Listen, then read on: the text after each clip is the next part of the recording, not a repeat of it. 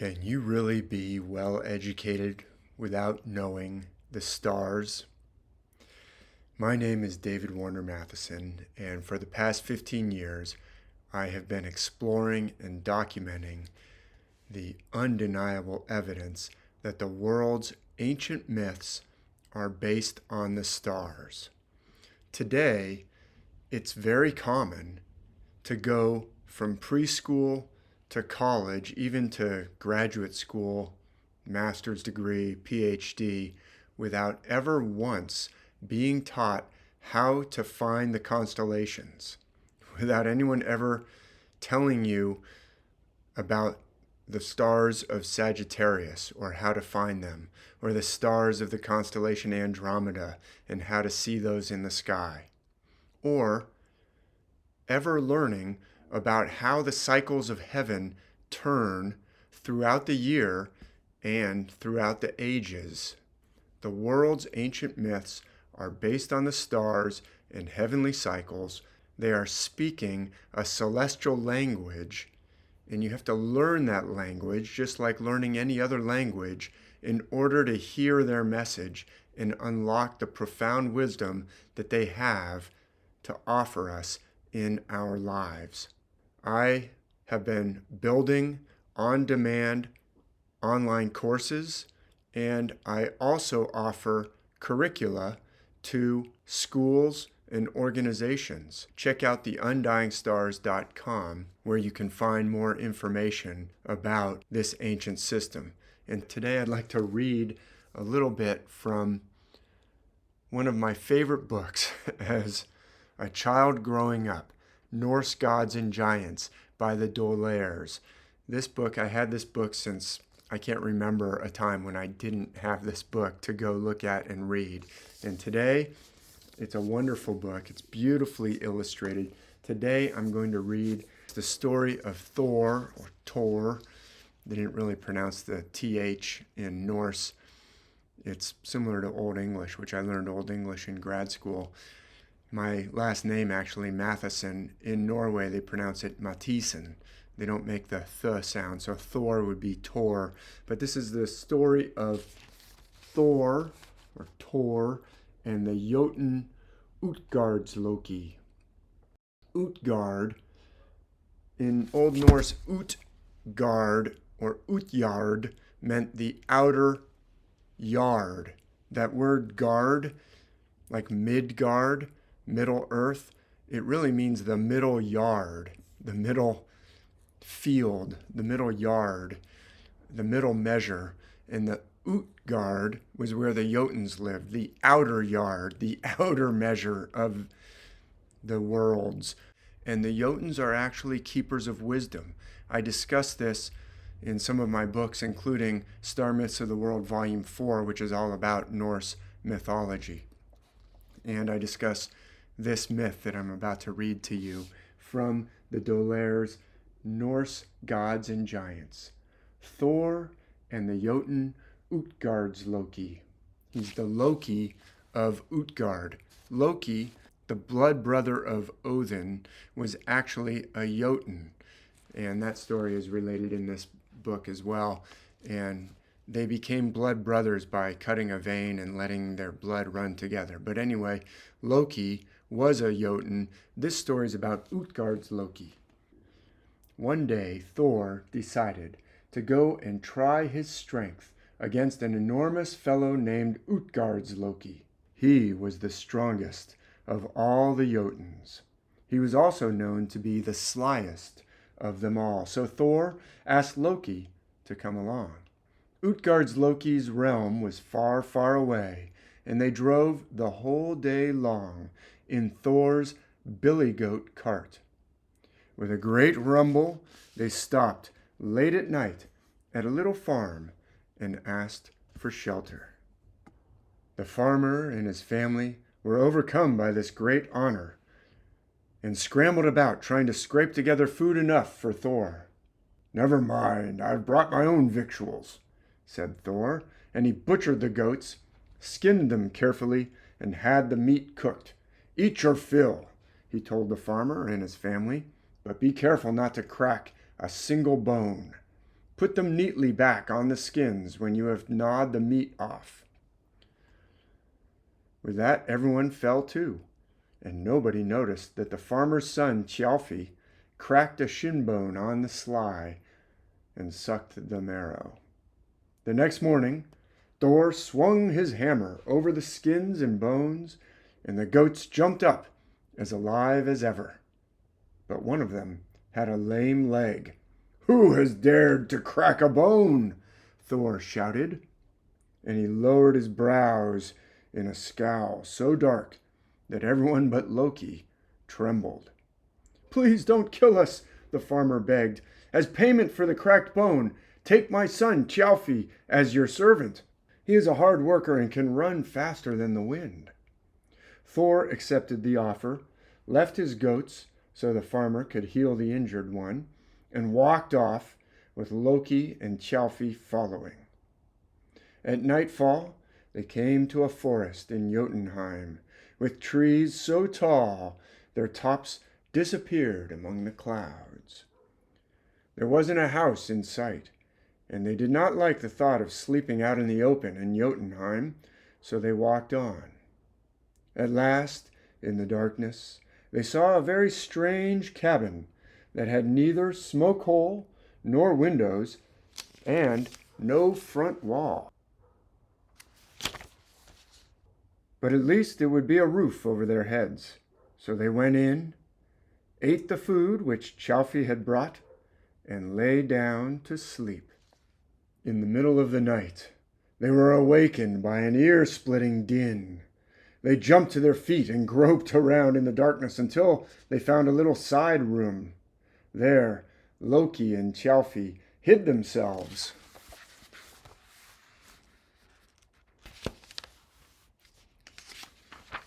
While Thor sat down outside to keep watch, hammer in hand. The whole night long there was such a growling and a snarling and a roaring that even Thor felt uneasy. When daylight came at last, he saw a gigantic fellow lying on the ground, fast asleep. From his wide-open mouth came a deafening snore, and that was the din which had kept them awake all night. What they had taken for a cabin was one of the giant's mittens, and the little side room was the thumb. So huge was the giant that Thor hesitated to throw his hammer. Just then the enormous fellow woke up, yawned, stretched himself up to the treetops, and looked around. "Well, well," he said, "that little runt down there with the hammer must be mighty Thor himself. They call me Skrymir," he added. Then he sat down, untied his huge bag of food, and began to eat a tremendous breakfast. He did not offer a morsel to Thor, who had to be content with the bit of food Thjalfi carried in his little bag. When Skrymir had eaten his fill, he got up and proposed that they travel together. Since they seemed to be going the same way, they might as well keep together and share their food, he said. Thor certainly had nothing against that, so the giant tied Thjalfi's little bag inside his big one, threw it over his shoulder, and set off with mighty strides. Thor and his companions had to trot to keep up, and they were very hungry and tired when evening came. Skrymir threw his bag down and stretched out under a tree. "There, eat," he said. "I'm still full, so I'm going to sleep." And he began to snore as loudly as he had the night before. Thor and his companions threw themselves on the food bag, but as much as they tugged and pulled at the string, they could not undo the knot. At last it dawned on Thor that Skrymir was making fun of his famous strength. He shook with anger, grasped his hammer with both hands, stepped forward, and gave Skrymir a mighty blow on the head.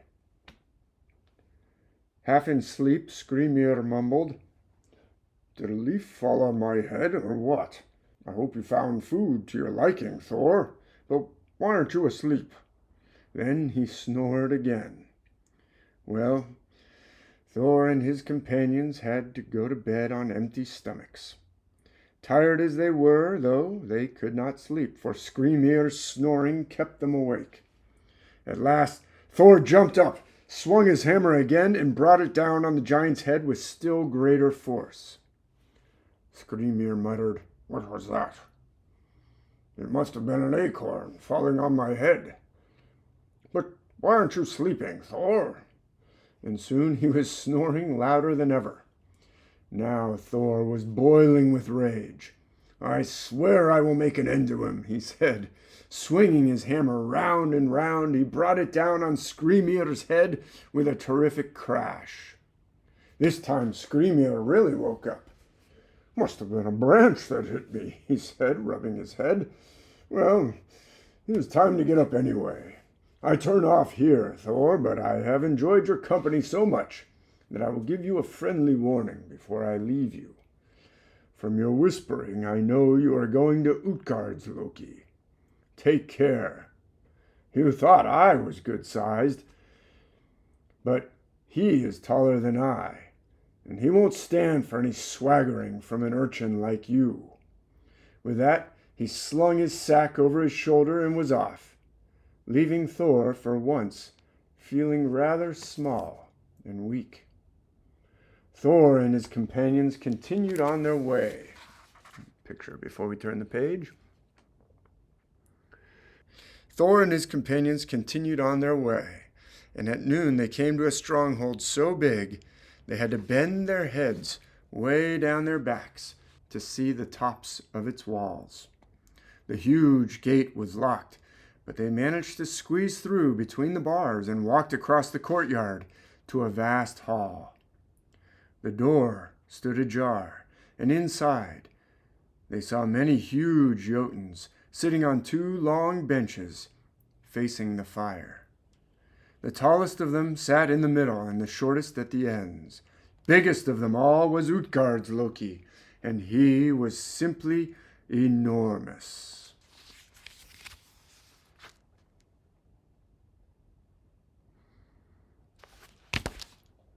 Thor remembered Skrymir's warning, and he and his fellows went up to Utgardsloki and greeted him politely.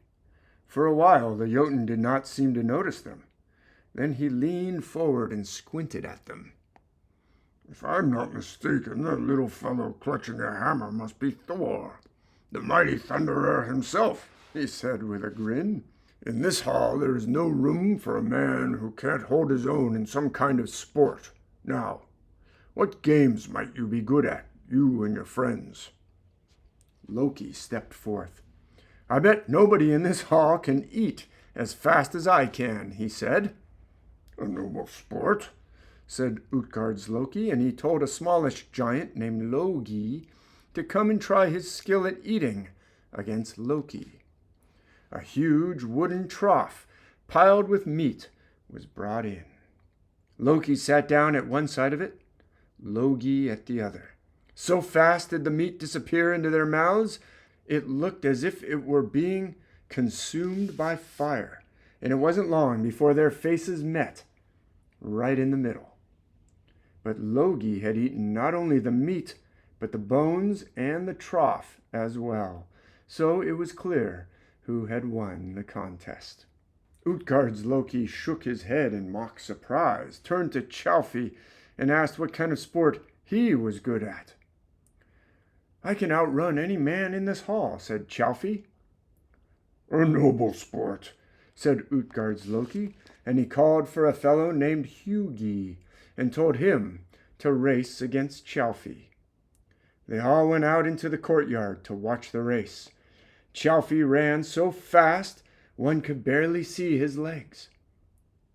Still, he hadn't even run halfway when Hugi reached the goal.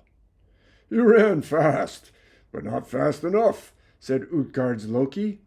"And now," he said, turning to Thor, "we are all eager to see what you can do, for we have heard great tales about you." "I will drink with you," said Thor. He was thirsty and angry, and he was sure that not even Utgardsloki could swallow as much as he. "Very well," said Utgardsloki, but I warn you that my drinking horn is big. My tall men empty it in one swallow, the medium fellows in two, and there isn't one among the little ones down the hall who cannot empty it in three. Let's see how well you can do, Thor." An enormous horn was put before Thor.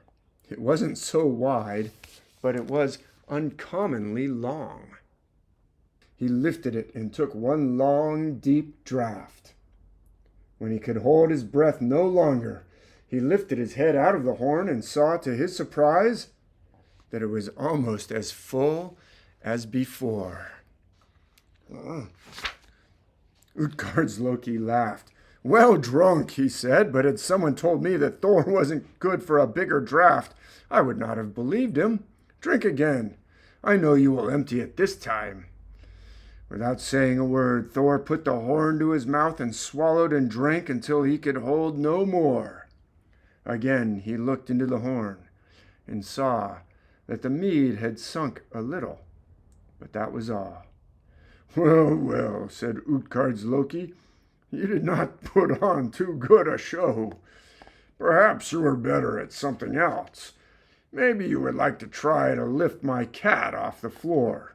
It is a good sport for little urchins." A gray cat rose lazily from the floor and stretched itself. With a grim scowl, Thor put a hand under its belly and started to lift. The cat was bigger than he had thought.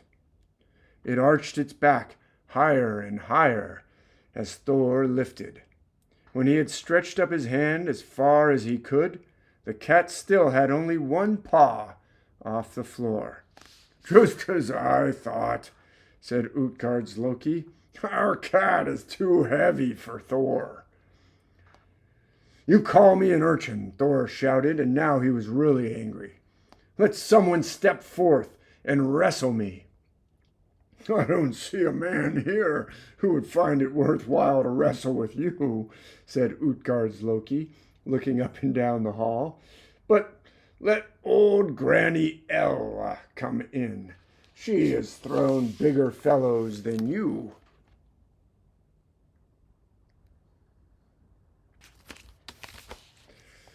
A crooked old crone hobbled into the hall, tackled Thor, and began to wrestle. The harder Thor squeezed her, the firmer she stood her ground. Then she started to use tricks of her own, throwing him this way and that, and it wasn't long before he was down on one knee.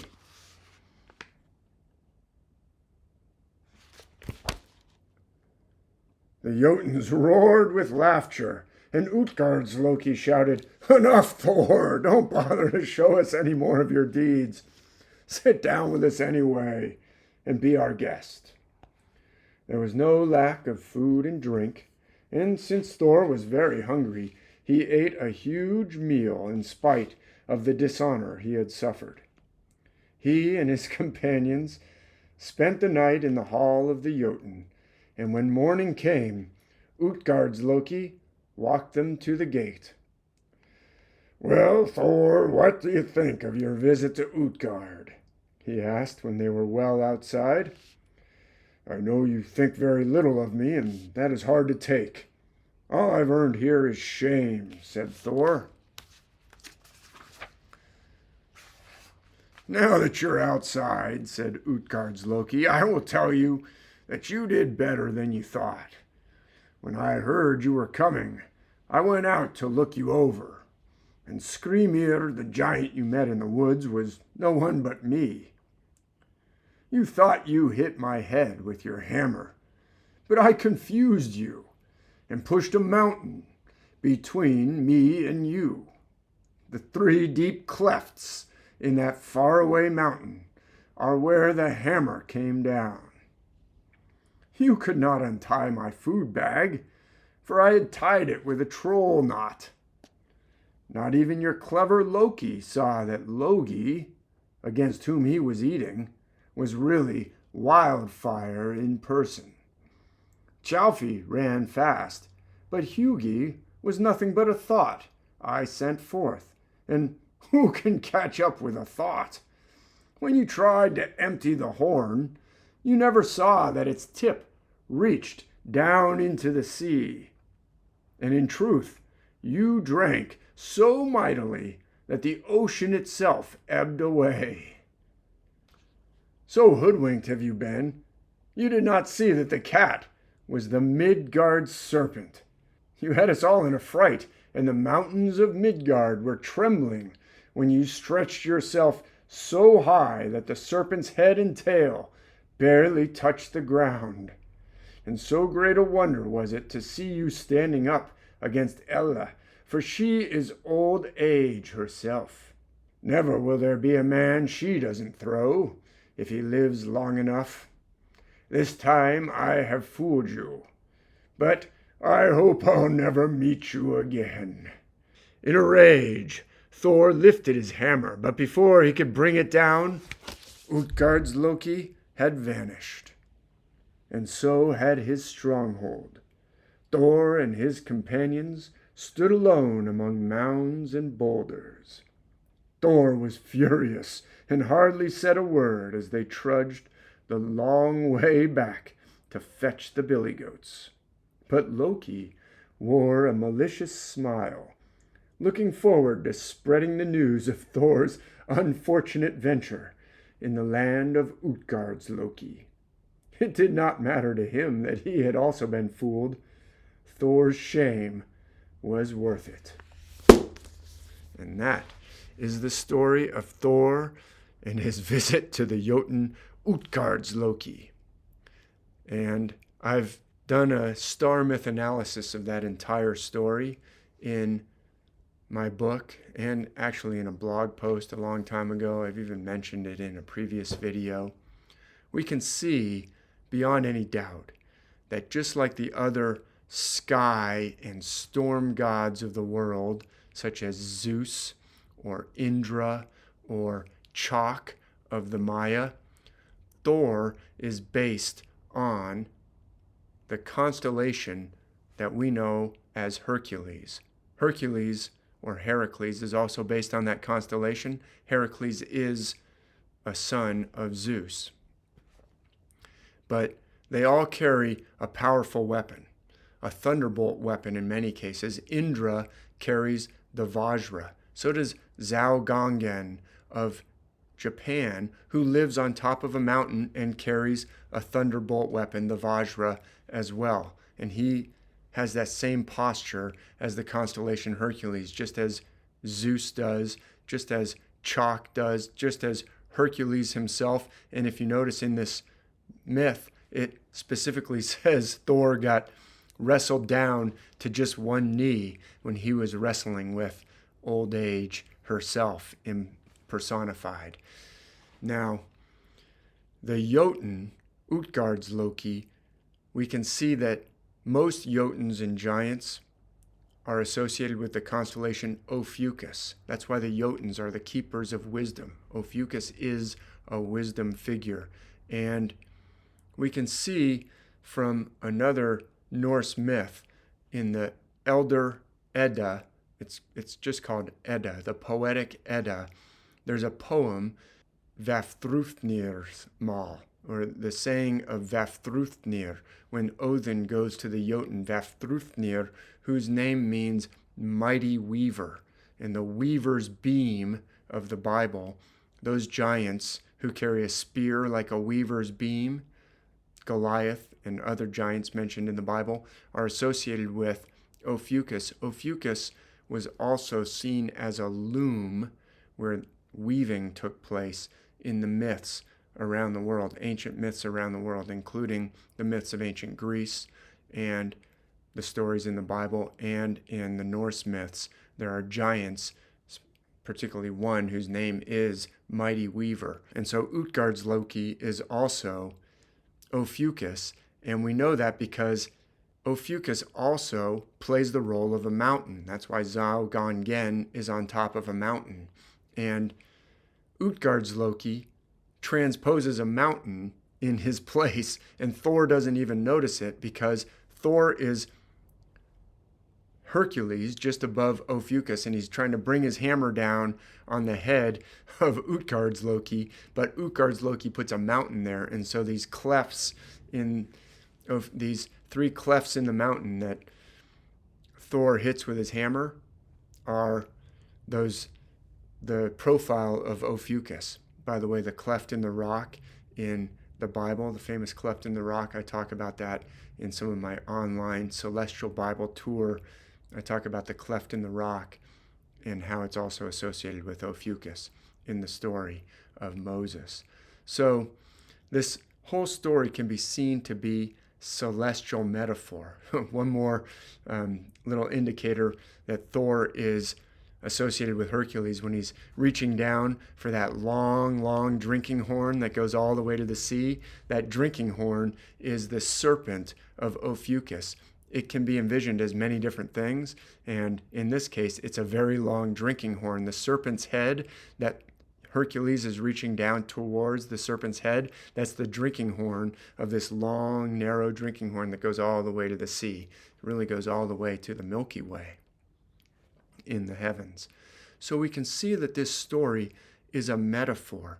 What is it trying to tell us? It's telling us that you have to unlock the metaphor in order to understand this is not about some historical event. This is all to tell us something about us.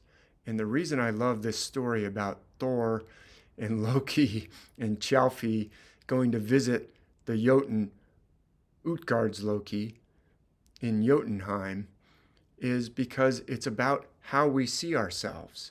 And Utgardsloki knows that Thor is a powerful, formidable thunder god, but he uses mental tricks to make Thor feel smaller and weaker than he really is. All of the contests have to do with not being able to see your own strength and what's really going on around you. But when we know who we really are, we actually can accomplish and reach our full potential. And so when Utgardsloki finally tells Thor and dispels all the illusions, Thor raises his hammer and Utgardsloki disappears. He's like, I'm out of here. Because Thor really is quite powerful and quite dangerous. And we have access to all those ancient gods. All the ancient gods and goddesses are actually in you. My most recent book is entitled Invoking the Ancient Gods in You.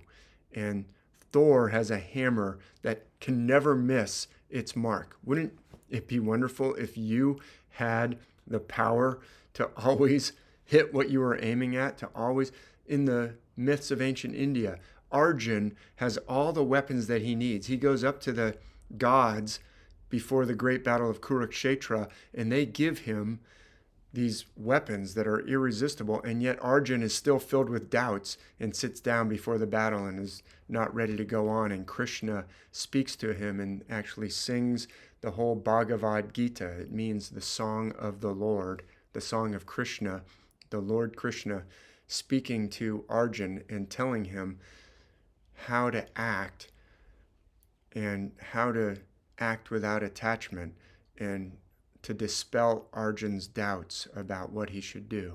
That's what the myths are offering to us. And in Invoking the Ancient Gods in You, I talk about that. And in my online courses, I talk about it. And these ancient myths are talking about it.